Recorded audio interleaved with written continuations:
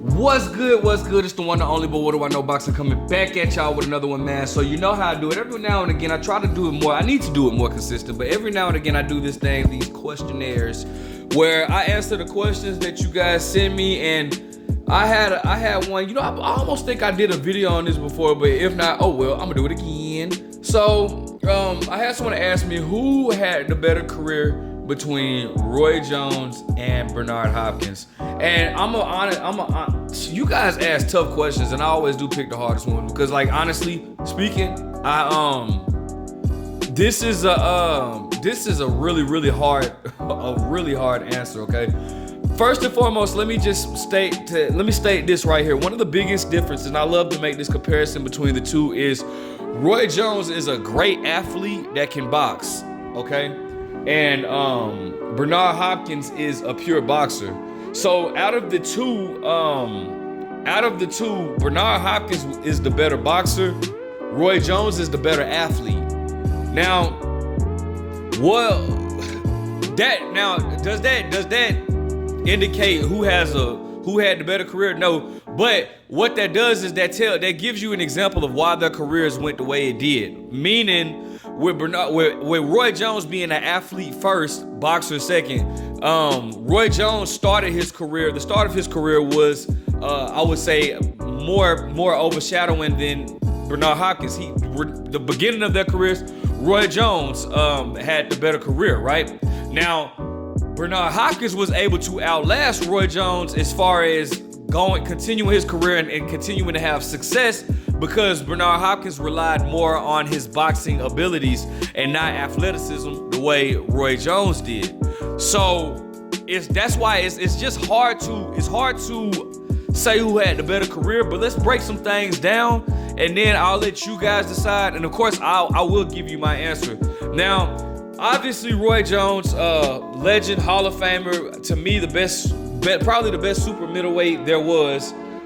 In my opinion, this is just my humble opinion. Even though you guys know Andre Ward is my favorite fighter of all time, Roy Jones Jr. had the record. Has the record because he just fought actually like earlier this year, and I wish he would stop. But he has the record of 66 wins, 10 losses, with 47 wins coming by way of knockout. All right, So when I looked at Roy Jones' resume, because I was just looking at like the names that I know, the names that I recognize the most, right? And for me, you know, obviously it started with Bernard Hopkins when they were both in their primes, and that's where Roy Jones won the vacant IBF middleweight championship. James Toney, who was also undefeated, Roy Jones moved up to 168 to fight him for his IBF super middleweight title. It's rumored that James Toney was kind of drained in that fight, but I don't, whatever, bro. Roy Jones got the victory. I don't know how true that is. I don't even know if I really believe that, but regardless, Vinny Paz, Mike McCallum, the legend Mike McCallum, Montel Griffin, Virgil Hill, Reggie Johnson. Reggie Johnson, actually, that's when Roy Jones became undisputed at light heavyweight back in the three belt era. So this is not the 4-belt era, but back when it was just the WBA, WBC, and IBF as the major titles or whatnot. He beat Reggie Johnson to become undisputed at light heavyweight. Julio Cesar Gonzalez, maybe not. I probably shouldn't have put him down, but that was still a good name. John Ruiz, who was a heavyweight championship. That's who we got the WBA heavyweight title from. He has a win over Antonio Tarver, though Antonio Tarver has 2 wins over him. He's beaten the likes of Felix Trinidad and also Jeff Lacey. Those are some of the biggest names on his resume, but there's actually many more good, solid names on his resume as well. Again, Roy Jones should have been awarded a gold medal in the Olympic Games. We all know that was probably the biggest robbery in boxing history, pro and amateur. Roy Jones was robbed of a gold medal, so he placed silver. But we all know that he should have. Everybody, like the whole that fight changed the whole dynamics of the point system when it comes to boxing. That fight right there, for y'all that don't know. And But we all know Roy Jones won that fight. He should have had a gold, but he placed for a silver medal in the Olympic Games. Okay. Bernard Hopkins, who actually started his career, I want to say at the age of 26, because Bernard Hopkins was in prison. But for y'all that don't know, Bernard Hopkins actually did prison boxing or whatnot, which is probably why he did a lot of dirty tactics in the ring, you know. But Bernard Hopkins had the record of 55-8 with 32 knockouts and 2 draws. Okay. Now Bernard Hopkins, going back to Roy, just to clear things up, Roy Jones was a champion at middleweight, super middleweight, light heavyweight, and heavyweight. He didn't get a belt at cruiserweight, if I'm not mistaken. Bernard, not a world title at cruiserweight, but Bernard Hopkins, a 2-division world champion, undisputed at middleweight. For some reason, I never knew why he skipped over super middleweight, but he went straight to light heavyweight and fought Antonio Tarver for his title or whatnot. Actually, Bernard Hopkins was the first person to do that, to skip from middleweight to go to light heavyweight and win a title since I want to say, was it Sugar Ray Robinson, I believe. If I'm not mistaken, it was Sugar Ray Robinson was the last person to do that. But anyways, all right, so let's talk about it, all right? So Bernard Hopkins has been in the ring with the likes of, or he's beaten guys like John David Jackson, who actually is Clarissa Shields' trainer right now, was Sergey Kovalev's former trainer. He trained somebody else too, another one of those guys. When I say those guys, I'm talking about Russians. I don't know if it's Archer Beterbiev, but it's one of them. But anyways, Glenn Johnson, you know, Bernard Hopkins, like, if you look at Glenn Johnson's resume, you like, damn, dude got like 20-something losses. Bernard Hopkins was the first person to defeat Glenn Johnson. They actually stopped him in the 11th round. All right, Antoine Eccles, all right.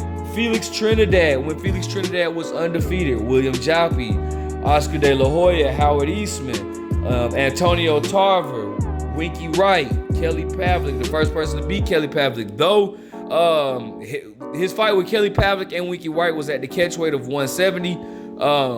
At the time, Kelly Pavlik was competing at 160. I think Kelly Pavlik thought it was sweet because Jermaine Taylor had beaten Bernard Hopkins, and Kelly Pavlik had, then beat Jermaine Taylor twice. I think Kelly Pavlik thought, well, let me go ahead and get this, Bernard Hopkins' name on my resume. He's a Hall of Famer, and that gives it, I think he thought it was sweet with Bernard Hopkins, and Bernard Hopkins just outclassed Kelly Pavlik from round 1 to round 12. Granted, that could be due to Kelly Pavlik did look crappy when he fought at the catchweight of 165 against Jermaine Taylor. So that weight possibly, whatever, but again, at the end of the day, Bernard Hopkins hands Kelly Pavlik his first loss. He then avenged his loss to Roy Jones, which was like, how many years later was that? Damn, I should have looked at the years. If I'm not mistaken, I think Bernard Hopkins and Roy Jones first fought like around 92 or 93. But I know for a fact the rematch was in 2010. So that was like 17, 18 years later. Like, that's crazy. But he was able to avenge his loss to Roy Jones, even though we all know at that particular time in the year of 2010, Roy Jones was well past his prime. He has the victory over John Pascal, who he was able to get the the IBF light heavyweight title from, and beat Tavares Cloud, who was undefeated at the time. I mean, again, there's many more names that I could name, but these were the biggest ones that kind of stood out. Minus Tavares Cloud, because I really shouldn't have put his name in the mix with these guys. But anyways, and maybe John Pascal either. But anyways, so who do I think had a better career? Well, again, you guys have to remember. I think we can all say, Roy Jones was the flashier boxer. Roy Jones definitely was the more entertaining guy to watch. Roy Jones was the more like just obvious, like athletic. Roy Jones was doing stuff that would drive a boxing coach crazy. Bernard Hopkins, again, nothing flashy about Bernard Hopkins. Wasn't the most fastest guy, wasn't the most hard-hitting guy, but had very good defense, had a very good chin, had very good acting skills at times. I gotta put that in there. and also had very just a very good overall boxing IQ. All right. Now, Roy Jones, Bernard Hopkins lost to the likes. He actually lost his pro debut. He lost to the likes of Jermaine Taylor twice, Chad Dawson, Joe Calzaghe. Both him and Roy Jones lost to Joe Calzaghe. But Roy Jones lost to many other guys too. Like half of the guys that Roy Jones lost to, I can't even think of, man, because it's just people that he really shouldn't have even lost to. Some of his notable losses, though, I would say are probably I don't count the Montel Griffin loss because everybody knows that was some bull. But Antonio Tarver, Glenn Johnson, who Bernard Hopkins actually beat, Joe Calzaghe, Bernard Hopkins himself, and then like the rest of I can't even remember, bro. It's just really hard to say. It's really hard to say because again, Roy Jones accomplished more. We can say that. For facts, we know that Roy Jones accomplished more. He was a champion at 160, 168, undisputed at 175, and then became a heavyweight champion. So he has 4 divisions, where Bernard Hopkins was, unified at 175, I believe, and undisputed at 160. But Bernard Hopkins had held a title for 10 years? You know what I'm saying? 10 years he held a title. So I don't know. In my opinion, if I have to choose who had the better career, that's a close one, man.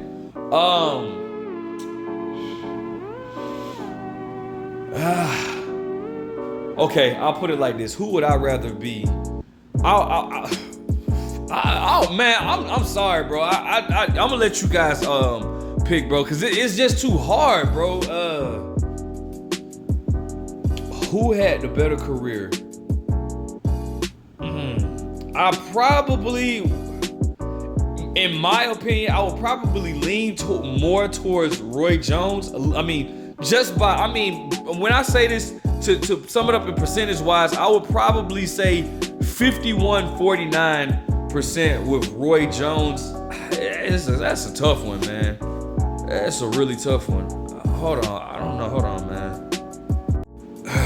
Because I just don't know. Bernard Hopkins was able to go further with his career.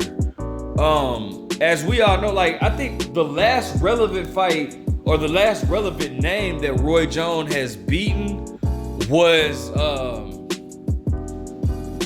Jeff Lacey. Roy Jones actually just lost. He fought earlier this year and lost to Anthony Pettis or whatnot, an MMA fighter. I don't know, man, and that stuff does affect his career.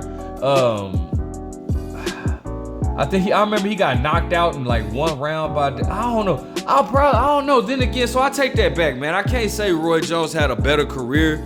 Because Bernard Hopkins, though he fought past his prime as well, Bernard Hopkins fought to the age of 52, I believe, when he got stopped by what's his name? Joe Smith Jr. I don't know, man. That's just he still was able to accomplish things later on in his career. I want to say at one time he was the oldest world champion. Well, obviously, and he was unified at that. So his last best win came at 2014. Cause his loss against Joe Smith Jr., he was already 52, and he was coming off of a 2-year layoff and a loss to Sergey Kovalev. I don't know, man. Man, this is hard, bro. Who had the better career? I like Roy Jones better, but I can't say that Roy Jones had a better career than Bernard Hopkins. I'm seriously 50-50 with this, man. I am. I think both of their careers were Hall of Fame and great in their own separate ways. Because I truly cannot pick one, man. I'm sitting here really thinking. But just because I can't pick one doesn't mean that you can't put your opinion down in the comment section. So let me know what you guys think, bro. Who do you feel like had the better career? I think we know who the fan favorite was, which is Roy Jones in his prime. But anyways, like, comment, subscribe. But what do I know?